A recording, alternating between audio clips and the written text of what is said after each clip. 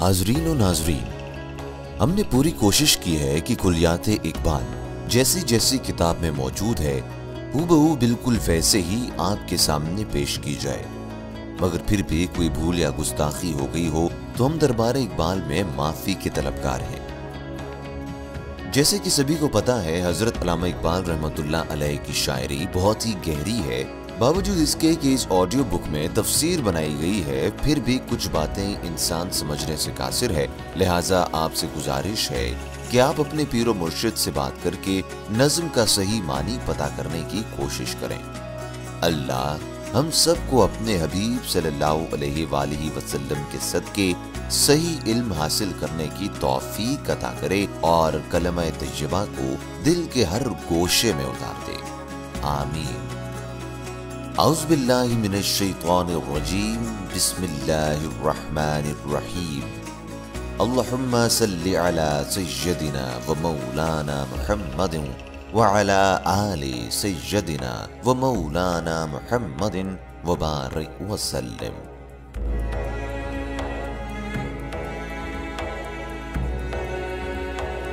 بلال، چمک اٹھا جو ستارہ تیرے مقدر کا، حبش سے تجھ کو اٹھا کر حجاز میں لایا، ہوئی اسی سے تیرے غم کدے کی آبادی، تیری غلامی کے صدقے ہزار آزادی۔ وہ آستاں نہ چھٹا تجھ سے ایک دم کے لیے، کسی کے شوق میں تو نے مزے ستم کے لیے۔ جفا جو عشق میں ہوتی ہے وہ جفا ہی نہیں، ستم نہ ہو تو محبت میں کچھ مزہ ہی نہیں۔ نظر تھی صورت سلمہ ادا شناس تیری، شراب دید سے بڑھتی تھی اور پیاس تیری۔ تجھے نظارے کا مثل کلیم سودا تھا، اویس طاقت دیدار کو ترستا تھا۔ مدینہ تیری نگاہوں کا نور تھا گویا، تیرے لیے تو یہ صحرا ہی طور تھا گویا۔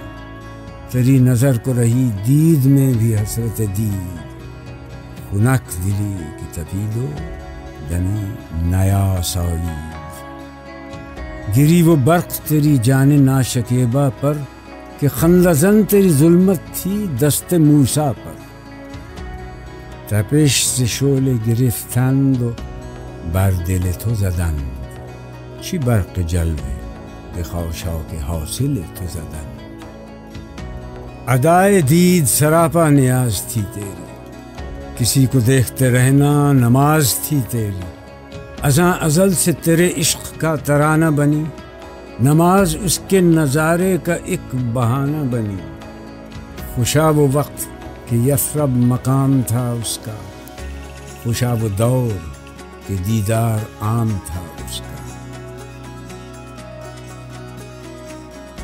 جیسا کہ سب کو معلوم ہے کہ بلال حبشی رضی اللہ تعالی عنہ کا شمار حضور سرور کائنات صلی اللہ علیہ وآلہ وسلم کے ممتاز صحابیوں میں ہوتا ہے۔ ان کا سب سے بڑا اعزاز یہ تھا کہ مسجد نبوی صلی اللہ علیہ وآلہ وسلم میں باقاعدہ طور پر اذان دیا کرتے تھے۔ تاریخی سطح پر یہ بھی حقیقت ہے کہ وہ بڑے خوش الحان تھے۔ علامہ اقبال نے یہ نظم ان کی شخصیت سے متاثر ہو کر کہی ہے۔ پوری نظم 3 بند پر مشتمل ہے، جس میں 13 اشعار ہیں۔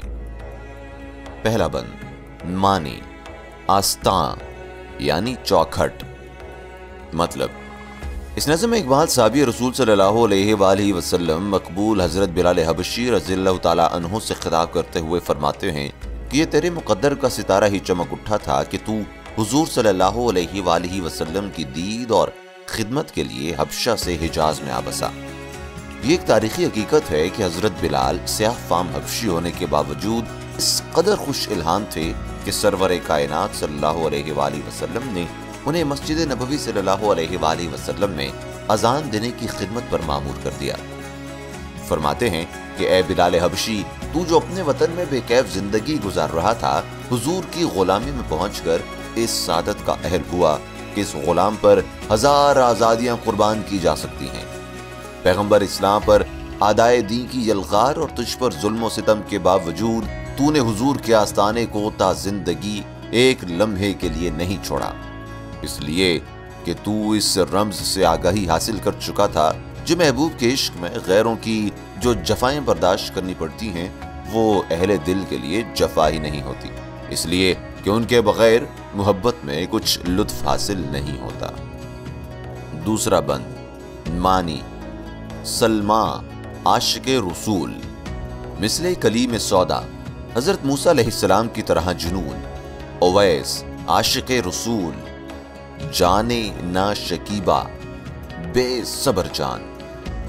مطلب اے بلال حبشی، امر واقع یہ ہے کہ صحابی رسول صلی اللہ علیہ وآلہ وسلم حضرت سلمان فارسی کی طرح تیری نظر بھی ادا شناس تھی اور حضور کی عظمتوں سے پوری طرح سے آگاہی رکھتی تھی۔ یہی نہیں بلکہ پیغمبر اسلام کی قربت میں تیرا جذبہ وارفتگی مزید فروغ پاتا تھا۔ جس طرح حضرت موسیٰ علیہ السلام کلیم اللہ کو دیدار خداوندی کا جنون تھا، اور حضرت اویس قرنی جس طرح نبی اکرم صلی اللہ علیہ وآلہ وسلم کی زیارت کے لیے ترستے رہے، اسی طرح تو نے مدینے کو محض اس لیے نور حقیقت تصور کر لیا تھا کہ مزید اس صحرا کو کوہ طور کی مانند سمجھ لیا تھا کہ حضور سرور کائنات اس شہر بے مثال میں اقامت پذیر تھے۔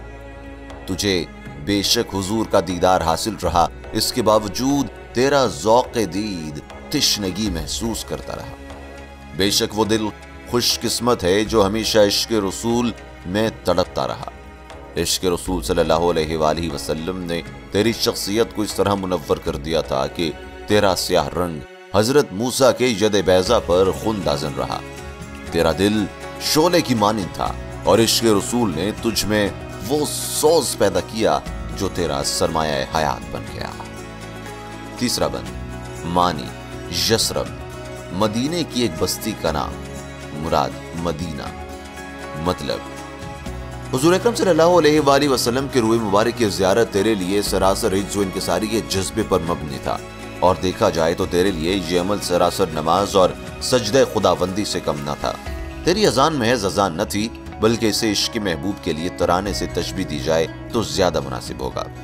اے بلال حبشی، نماز تو حضور کی زیارت کا بہانہ تھی کہ وہ لمحات کتنے باعث رحمت تھے جب حضور صلی اللہ علیہ وآلہ وسلم یثرب میں مقیم تھے اور عام لوگ ان کی زیارت سے استفادہ کرتے تھے۔